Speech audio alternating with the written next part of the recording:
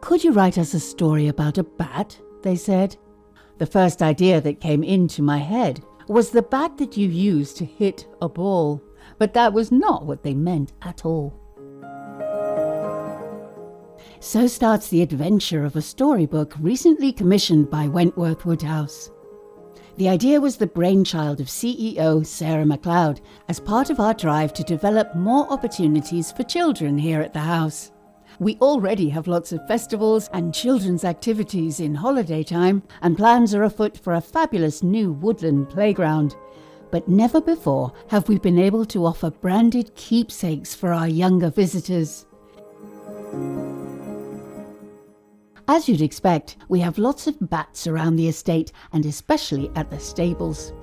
Colonies of bats of several species are in residence there, including the common pipistrelle and soprano pipistrelle, and it's been vital to protect the colonies and provide a safe environment for the future. So we've built bat flaps, bat boxes, and replaced attic glass windows with timber slatted panels to help bats come and go. So, what better basis for a story than the adventures of an inquisitive tiny bat born in the stables, called Billy, after the long-lived and celebrated 7th Earl Fitzwilliam, affectionately known as Billy Fitzbilly.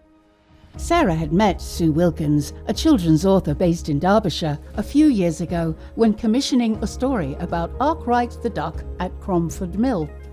She came and found me a couple of years ago and said, "I want a book about a bat." She made it sound very simple, but it's not quite as easy as that. So after a bit of research and coming up here to take photographs so that the illustrator could do her work, this is what we've got. With the very essence of Wentworth Woodhouse captured both in the tale and wonderful illustrations by Liz Furness, the result is a storybook just right for our younger visitors. At the book launch in August 2025, an enthusiastic audience of children and adults were enthralled by Sue's reading of Billy the Bat and his mischievous antics.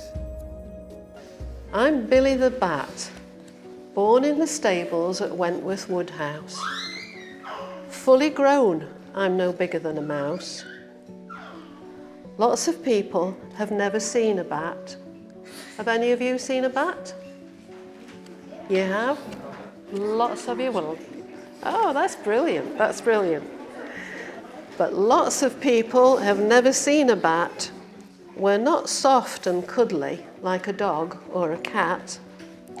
We like to live in a dry, dark space. An attic room is the perfect place. We're so quiet, you might not know that we are there. But because we are rare, we do need your care. After 6 weeks in the bat nursery with Mum, Billy is off out of the wooden slatted window to explore the gardens. He sees the big house with 300 rooms and more chimney pots than you've ever seen. But curiosity gets the better of Billy and he falls down a tall chimney. Then with a bump that made me jump, I was sitting on the hearth among a pile of logs and sleepily looking back at me with the family dogs. Billy's adventures carry on and he meets his friend Whistlejacket. But you'll have to read the book to find out what happens next. The reading was followed by a fascinating talk and quiz from ecology expert Greg Slack, ably assisted by his daughter Ira, also a bat fanatic. Bats can live for over 30 years. They navigate in the dark by echolocation, emitting high-frequency calls which bounce off surfaces and create echoes to help them understand their surroundings. Bats also use different types of social calls, but many are of such high frequency they can't be heard by us without a bat monitor.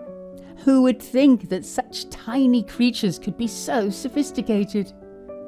Did you know that there are 17 species of bat in the UK and 1,400 worldwide, of which only 2 are blood-sucking, and these are only found in South America?